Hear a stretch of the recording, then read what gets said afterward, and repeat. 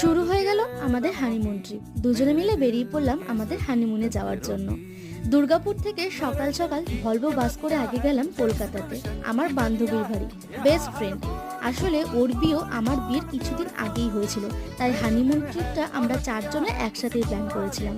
সেই মতো করে ওদের বাড়িতে গেলাম, তারপর খাওয়া দাওয়া করে রেস্ট করে বিকেলবেলার দিকে রেডি হয়ে বেরিয়ে পড়লাম শিয়ালদায় যাওয়ার জন্য। আর শিয়ালদায় গিয়ে দেখলাম আমাদের ট্রেন দার্জিলিং মেল আমাদের জন্য ওয়েট করে আছে।